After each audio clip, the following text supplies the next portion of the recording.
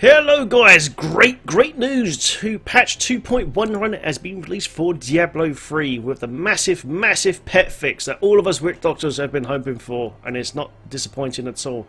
I tested out Greater Rift 35 earlier, pets were absolutely fine. Don't get me wrong, a few were dying here and there, but it's not like one shot and you lose your whole arm anymore, so it's great. So let's go through the patch notes together then. Okay, so pets, philosophically, we want pet survivability to be roughly equivalent to the player that summoned them. Okay, so the pets are a lot stronger now. All pets, though, it's not just Witch Doctor. Many monster attacks that are intended to be avoided by players and weren't already dealing reduced damage to pets now deal significantly less damage to pets. A lot of the AoE ticks out, like the hammer mat laws, the mortar guys, all that sort of shit. It's a lot better. It's much better. So that's cool. A little bit here for Crusade. Active Shield Bash can now be interrupted during the hit animation. Okay, here we go. Witch Doctor, active skill, Fetish Army.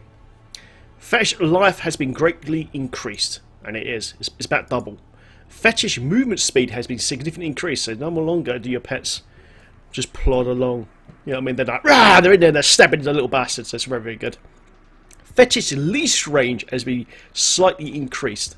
Okay, what leash range is where how far your pets can go before they come back to you, for targets. Pretty much now they can attack just outside your window of vision now. It's brilliant. Increases your DPS a significant lot to your pet. Instead of you moving too close to the monsters now, your pets will be in there straight away and they will wreck in face. It's excellent. Great change to Gargantuan as well. The damage is the same, but Gargantuan is now summoned at the location of your mouse cursor. So yes, you can basically do a Gargantuan jihad bomb, guys. You just right click and go boom, and he's in the middle of it doing his massive AoE damage. So Gargantuan Wrath of Berserker is now quite a good tool. It was a good tool anyway, but it's good. And another thing that's been fixed as well, the summon animation speed has been increased. So we all know about the Gargantuan coming out of the ground really slowly, especially when using Ruffle Protector and it's only up for a few seconds and you lose that extra damage. So that's a good change as well. But yes, so Gargantuan is pretty sweet. It's pretty sweet. I like that. It's a good change. Spirit Walk. This is great as well. No longer cancels early when the physical body that is left behind takes damage. So remember that little spirit body? If that takes damage, it used to cancel out. Then you get wrecked. It doesn't happen anymore. So it's a direct buff. So Spirit Walk now works properly for your full duration. Summon Zombie Dogs. Zombie Dog life has been greatly increased. It's roughly about double as well. It's about double. As Zach say for a patch as well for Fetish Sycophants. Fetish life has been greatly increased, Fetish movement speed has been increased, and Fetish leash range has increased. So basically all the pets basically, they're much faster and they get to the targets, and they've got a longer range as well, which is great. Okay, user interface, Fetish Army and Fetish Cycle Portrait icons now display more fitting names. It's just a bit of text. Bug fixes, pets now properly affected by shield pylons. If you find a shield pylon now, your pets are protected as well. Pretty cool. Okay, class restricted items for the wizard here. Firebird's Fiery, the set. The infinite dot debuff should now have a unique effect when it is applied. You actually see some sort of new effect. Okay, legendary gems. Boon of the Hoarder. Now, a lot of people said on that last video, last couple of gold videos, goes, oh my god, this is going to get nerfed. And I saw this like, oh shit, they've nerfed it. Fuck. But they haven't actually.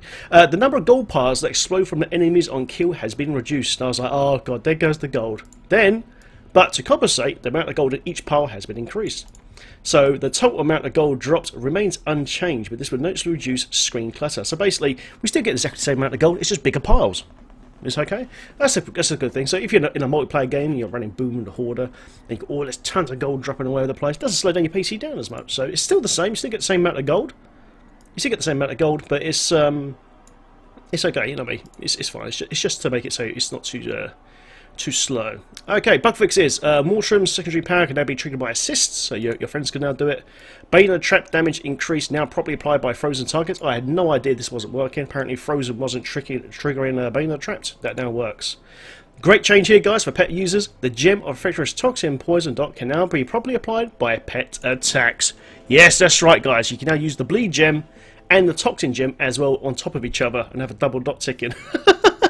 That's cool, man. That's very nice. So everyone who uses pets like DH and obviously Witch Doctor and anyone else, man, your pets can now use the DOT attack.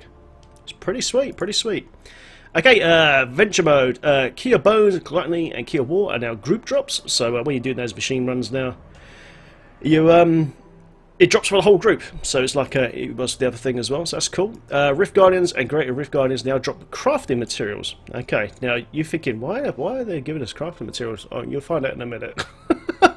It's not good. So Rift Guardians and Great Rift Guardians now drop crafting materials, which is quite nice. You know, I've seen about 25 blue dust drop off Great Rift Guardian, which is not too bad. You know what I mean? It's quite nice. Great Rifts. The Rift Key of Trials has received numerous adjustments in effort to accurately assess appropriate Greater Rift. So okay, so basically it's a bit more accurate now. Large aqueduct and sewer maps will no longer show up in Greater Rifts. Good. Okay, Kadala. Okay, guys, Kadala. Kadala. Oh dear. Philosophy. Okay, while Kadala is doing a great job of giving players more control over finding specific items, we felt the current experience was a bit cumbersome and inconvenient. As a result, we are working to reduce the frequency which players need to run between Kadala and the blacksmith to salvage unwanted items. I do not agree with this. You just go to Act 1. Kadala is directly next to the blacksmith anvil. You just fill up your gear, and boom, you blow it up. You know what I mean? The cost to purchase items from Kadala has been greatly increased. No shit. Put it this way, guys, to buy an amulet now from Kadala is 100 blood shards. 100 blood shards, yes. But to compensate, the chance for Kadala to drop a legendary item has also been greatly increased. Okay, this is casting a massive shitstorms on the forums at the moment. And the massive problem with this is the amount of crafting material we always get from Kadala. Even if we don't find anything. Yeah, we break down those blues and yellows. They're saying to us here, we're stopping reducing the frequency where players need to run between Kadala and the blacksmith. Don't be wrong, fair enough, but everyone who gambles off Kadala does it in Act 1. Like I said earlier, Kadala is directly next to the blacksmith. So basically what it means, guys, we're going to lose a lot of not legendary material, sorry, crafting material. I know they have put some on the Rift Guardians, like they said up here, but it's not that much. It's okay, but apparently the chance for the legendaries to drop from Kadala now is about 30%, which is quite high. But again, if you're gambling amulets, it's 100. You know, all those items that just cost 5 blood shards are now 25. It's a hell of a lot. You know what I mean? It's a hell of a lot. So I think Blizzard need to think about. Don't be wrong, the crafting change thing for the Rift Guardians is a good idea, so we can get a bit more material that way. But at the same time, they ain't going to go very far. You know, I've got virtually all my material from Kadala, if I'm honest. So basically what this means now, we're going to have to start running regular rifts. You know, pretty much everyone now is just stocked up on keys and is just smashing out greater rifts every day. So to go back into normal rift now, it feels like a step back. You know what I mean? I know it's a part of the mechanic of the game, but I do think it's a step back. Okay, bug fix. Fixed an issue that stops greater rift guardians to sometimes drop legendary gem, double 2 of the same gem. Yeah, that's good. And last but not least, Mystic Enchanting. We want players to be able to more reliably add sockets to their jewelry in order to enjoy the legendary gems. We still have a long-term plans to provide more outlets of excess gems. So this sounds interesting. So they might, maybe in the future, they might let us socket into our armor, maybe. Time will tell. And more ways to farm gem that a player needs. However, since those changes are further down the road, we want to improve the quality of life of seasonal and non-seasonal players alike by making it easier to add a socket to your rings and amulets. So basically, the chance to get a socket on your rings and amulets is a lot easier. So you don't have to run tons and tons of bloody gems trying to get your sockets, basically. So that's good. The cost to enchant jewellery has been reduced from a flawless Imperial gem to an Imperial gem. That's a good change. That is a good change. You don't have to sit there crafting ages and ages and ages now, crafting up those expensive gems. So it's got down 1 gem level. So it's now, for a flawless Imperial, just Imperial. So that's good. That's a good change. So some of those gems you just pick up off the floor now, you can use. You can just use it. It's good. Okay, so what's left? Monsters. The electrified monster effects now has a short internal cooldown. Electrified monsters are nowhere near as bad as they used to be. Nowhere near. When I see that fixed now in Greater Rifts, I'm like, thank fuck it's electrified.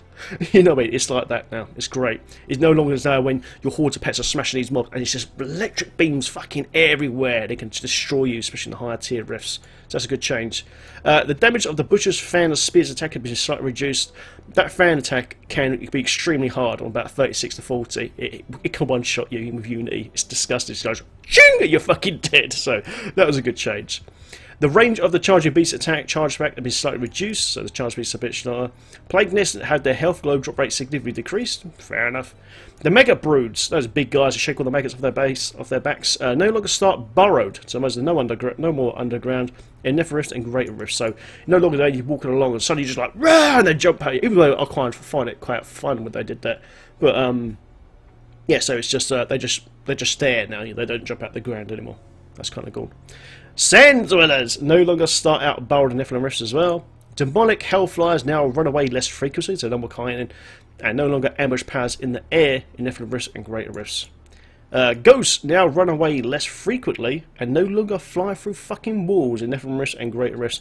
Good change. How many times have we had an elite pack in a Greater Rift and you got ghosts just going through fucking walls all the time? And you're just like, for fuck's sake, you know what I mean? And a good change here, rock worms can no longer spawn in Nephilim Rifts and Greater Rifts. Rock worms were a pain. They're the little bastards jump out the floor and just fucking eat you. Once you're like 35, 40, these things wreck you. So they're taking them out, so that's a good change as well. And there you go, guys. What do you think of the patch notes, man? All these patch notes are on DiabloFans.com. There it is, just up there. Just go to Diablo Fans. It's all there, guys. And there you go. So massive, massive changes to the Witch Doctor. Witch Doctors can now get up to about, what is it, Greater Rift 41 now, which is on par with Jade now as a pet build. So that's great, great news. And there you go, guys. I hope you found the video useful. This is patch 2.11 for Diablo 3. As usual, please like and subscribe. And if you've got any comments, chuck them down there, guys. And happy gaming. I'll see you soon. Cheers. Bye-bye.